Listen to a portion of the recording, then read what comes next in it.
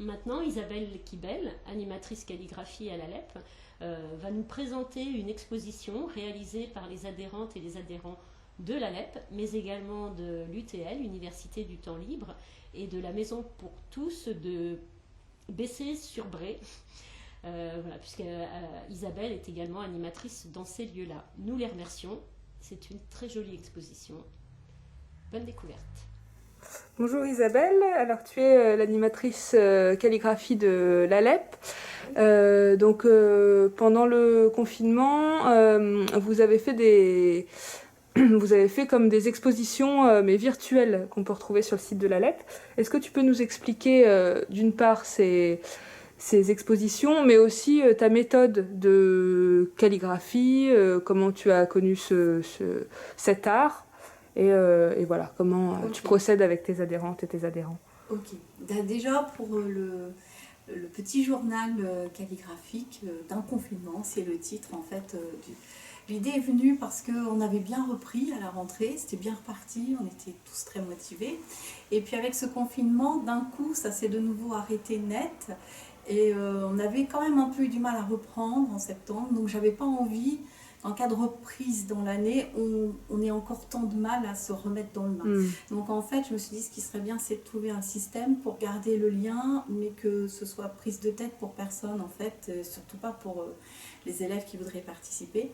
Donc en fait, j'ai eu l'idée de proposer un poème, le même poème pour tout le monde, de réunir aussi tous mes cours, de ne pas proposer qu'aux élèves de l'ALEP, parce que je donne des cours aussi à l'UTL à Blois, et puis à Bessé-sur-Bray aussi dans la Sarthe, parce que j'habite Montoire. Et donc j'ai eu l'idée de proposer la même chose à tous mes élèves en fait.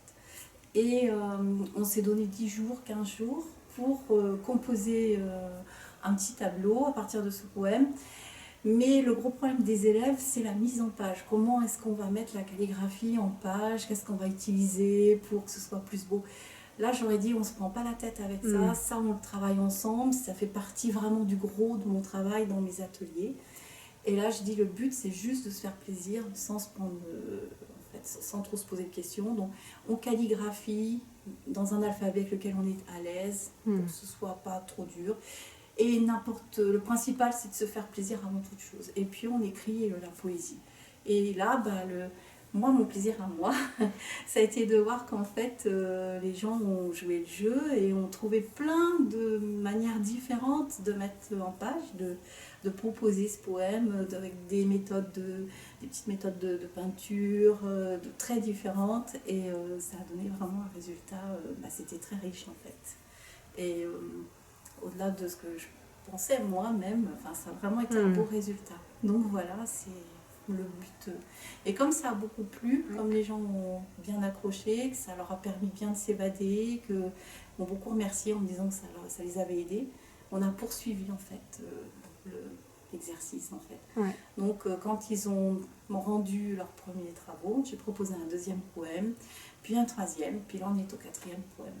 Puis quand je suis en cours, c'est difficile de, comme on dit, lâcher la main de la maîtresse. En fait. Donc, ils ont toujours besoin, les élèves ont beaucoup besoin de mon avis, que là au moins ils sont tout seuls. Parce que j'avais bien mis les choses au clair au début.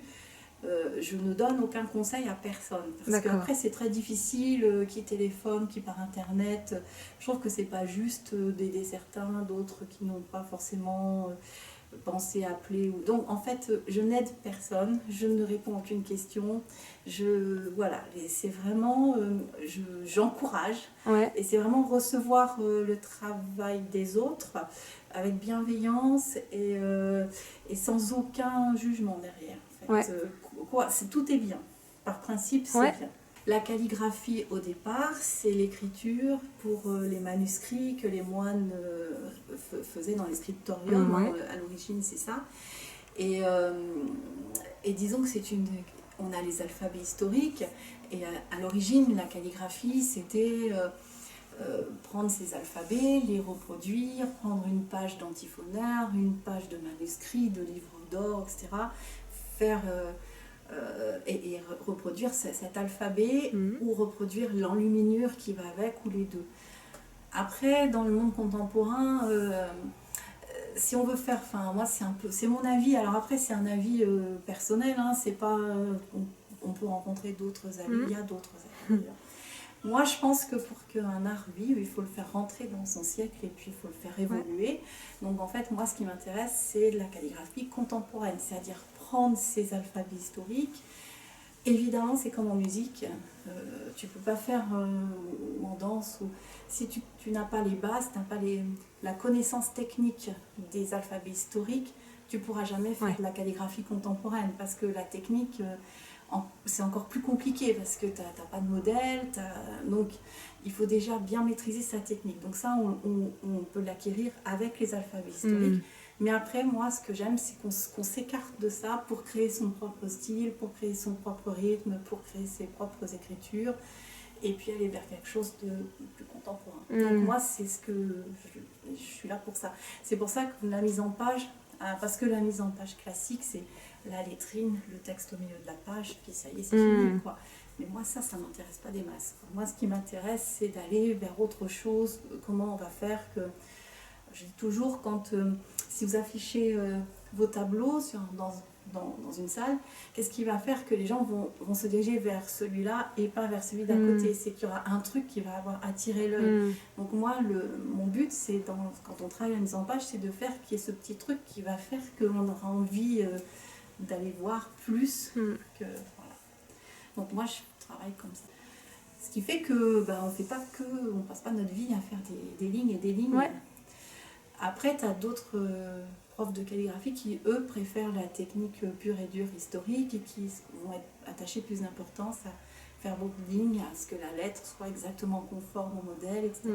Moi, c'est moins mon truc, quoi. Ouais, toi, c'est te servir de l'ancien, de l'historique pour faire de l'actuel, quoi. Voilà, pour aller vers quelque chose de plus contemporain. Ouais. Donc moi, c'est vraiment... Donc c'est pour ça que les cours, je les donne plutôt comme ça. Et puis, bon, la calligraphie, c'est comme la musique, c'est hyper technique. Ça paraît simple comme ça, parce que tout le monde sait écrire. En fait, ça n'a rien à voir avec la calligraphie.